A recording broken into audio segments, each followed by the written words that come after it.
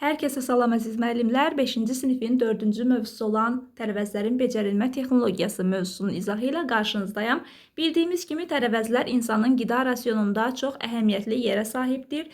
Düzgün qidalanma zamanı qida rasionumuza tərəvəzləri əlavə etməliyik. Ən geniş yayılmış tərəvəzlərə pomidor, xiyar, ağ kələm, yerkökü, mətbəx çuğunduru, soğan, turp, şüyüd, kartof kimi tərəvəzlər aiddir. Tərəvəzlərdə olan qidalı maddələr onların müxtəlif hissələrində yerləşir. Məsələn, pomidor ilə xiyarda qidalı maddələr yerləşir. Meyvələrdə, kök və ya çuğundurda qidalı maddələr adından məlum olduğu kimi kök və çuğundur qidalı maddələr yerləşir köklərdə. Cəfəri və şüyüddə isə onlar yarpaqlı tərəvəzlər olduğuna görə qidalı maddələr yerləşir yarpaqlarında. Pomidor və xiyarda meyvələrdə, kök və ya çuğundurda köklərdə, cəfəri və şüyüddə isə yarpaqlarda yığılır. Ədviyyat kimi istifadə olunan tərəvəzlər də vardır ki, onlara cəfəri, şüyüd, keşniş, nanə, reyhan kimi tərəvəzlər daxildir. Göyərtilər müxtəlif xörəklərdə ədviyyat kimi istifadə olunur və həmin yeməklərin dadını yaxşılaşdırır. Tərkibində C vitamini olanlar isə soğan və sarımsaqdır. Tərkiblərində C vitamini vardır. Bu mövzuda pomidor bitkisi haqqında ətraflı məlumat verilib. Deməli, pomidor bitkisi Cənubi Amerikadan Avropaya gətirilmişdir. İlk dəfə məşhur Sayaf Xristofor Kolumb onu Avropaya gətirmişdir. 16-cı əsrin ortalarında. Pomidor bitkisi 16-cı əsrin ortalarında Cənubi Amerikadan gətirilib Avropaya. Əvvəllər pomidorun meyvələri daha xırda olurdu və sarımtıl rəngdə olurdu. Ona görə də İtalyan dilində ona qızıl alma deyirdilər. Pomidor bitkisi bir illik, istilik sevər və İşıq sevər ot bitkisidir. Bir illikdir, istilik sevir və işıq sevir. Güclü kök sistemi vasitəsilə mineral maddələri və suyu torpaqdan alır. Kök sistemi vasitəsilə qidalanır. Ştil formasında əkilir və dibi tez-tez doldurulmalıdır. Pomidor bitkisi tez qol-budaq atır, amma bir müddət sonra zoğlar çox böyüdüyü üçün bitkinin yetişməsini ləngidir. Ona görə də onları bir müddət sonra budamaq lazımdır. Pomidor bitkisinin yetişmə müddəti ilk cüzərtidən son pomidor bitkisi alınana qədər olan müddət 100-130 gün təşkil edir.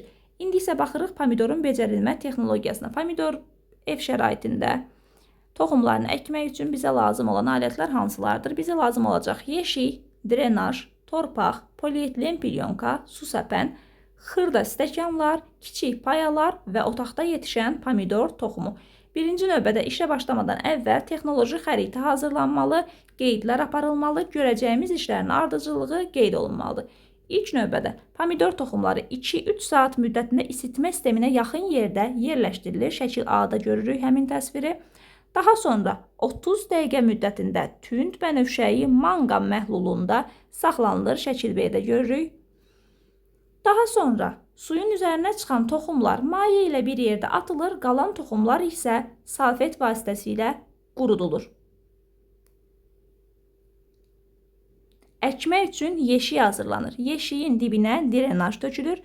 Drenaj sözü fransız sözüdür. Xəndəklər və borular vasitəsilə torpağın susuzlaşdırılması deməkdir. Yəni bu daşların arasından suyun sülüb getməsi üçün nəzərdə tutulmuş sistemdir. Drenajı yerləşdirdik. Üzərinə 15-20 cm münbit torpaq tökülür və sulanır.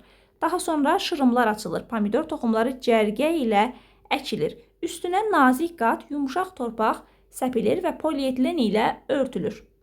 İsti yerə qoyulur. Daha sonra 4-6 gün gözləyirik. 4-6 gün sonra örtük çıxarılır və işıqlı yerə qoyulur. Növbəti mərhələdə ştillər 3-4 yarpaq açanda onların yeri dəyişdirilir. 3-4 yarpaq açana qədər gözlənilir, daha sonra yeri dəyişdirilir. Ştilin yeri dəyişdirmək üçün nəzərdə tutulmuş xırda çubuq ilə onları torpaqdan çıxarırlar və təzə yeşiyə qoyarkən 8-12 cm məsafəni qoruyub saxlamaq lazımdır.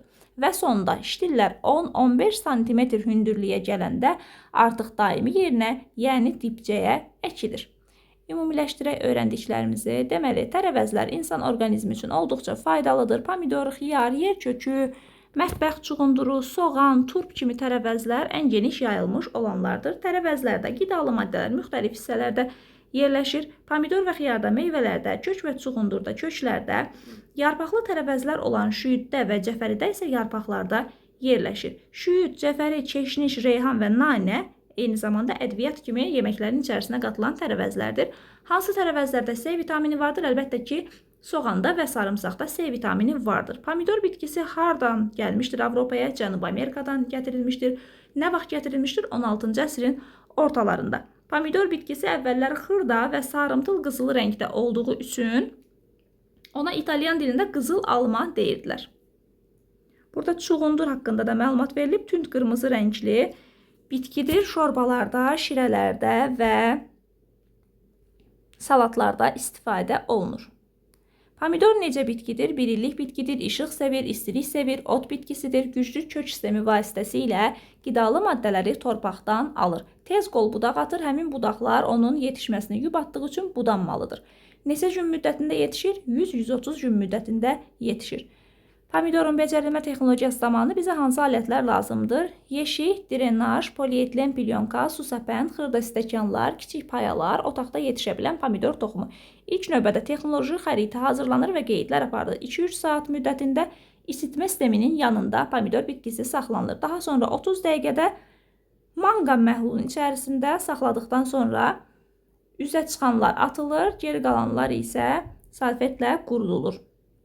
Daha sonra yeşiyin dibinə drenaj yerləşdirilir, üzərinə 15-20 cm münbit torpaq tökülərək sulanır. Şırımlar açılır, pomidor toxumları cərgə ilə əkilir. Üzərinə nazik qat yumşaq torpaq tökülərək isti yerə qoyulur. Üzəri də plyonka ilə örtülür. 4-6 gün gözlədikdən sonra həmin plyonka çıxarılır və işıqlı yerə qoymaq lazımdır toxumları.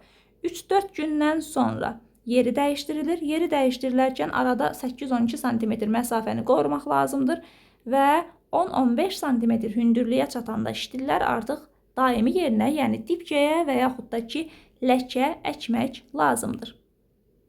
Bugünkü izahımız bu qədər əziz müəllimlər. İzlədiyiniz üçün təşəkkürlər.